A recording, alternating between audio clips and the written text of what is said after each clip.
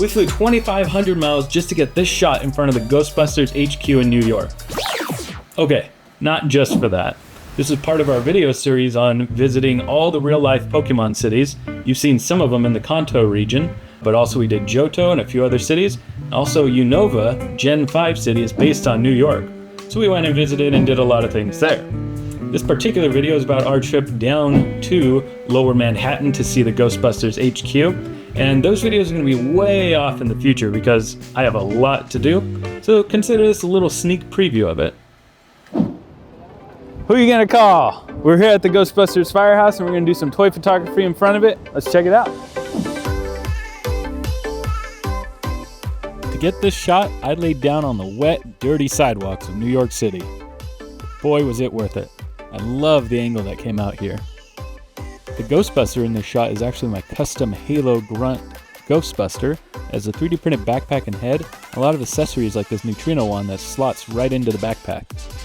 The goggles are actually the same goggles 3D model as these.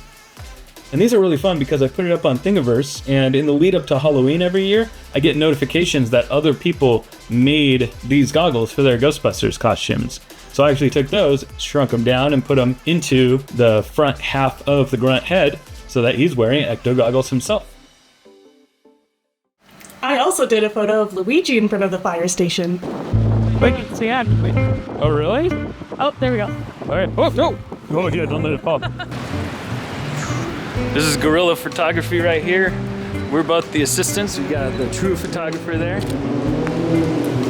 Popo pulled up. We thought they were going to stop us just like in Celadon City. Shout out to my Celadon City video. Oh, no. The wind got really crazy that day. Are you having troubles with the umbrella? No, it's working perfectly fine. But she managed to make a really great shot out of it.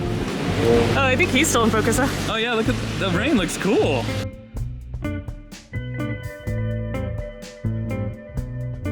It's really awesome, and that's going to be a whole separate video because I created the 3D print of the Poltergust, so stay tuned for that. We'll review that footage later. Yeah, that's going in. Some of you may know I'm a huge Ghostbusters fan.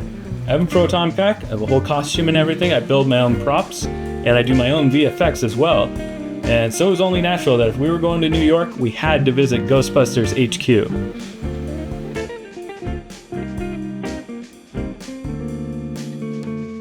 In that VFX shot, you saw my hand-painted animation of a Proton Stream. I'm going to show you how to do a simplified version, just a still frame in Photoshop.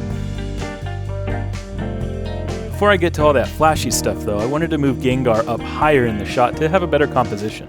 I used the object selection tool to create a layer mask, and then used the smudge tool on the edges where it was kind of dirty to give him a smoother transition between where he is and where the background is. We're going to do a lot more of this later on in the shot when we composite it together.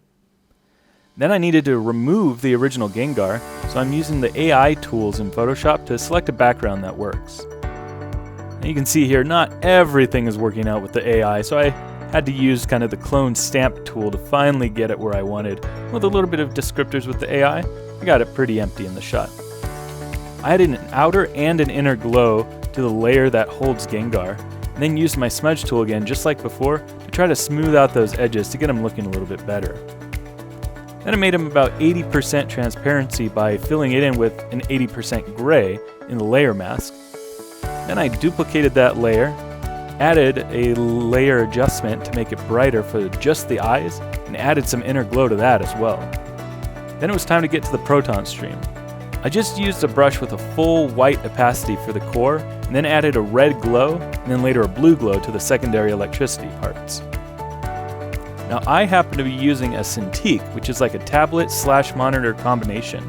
You can just do this with your mouse with a combination of using the mouse and the eraser to get different thicknesses. And I ended up not liking what I was doing, so I went back and did a bunch of different variations, trying to get just the right shape that was both functional for the scene, and also aesthetically pleasing.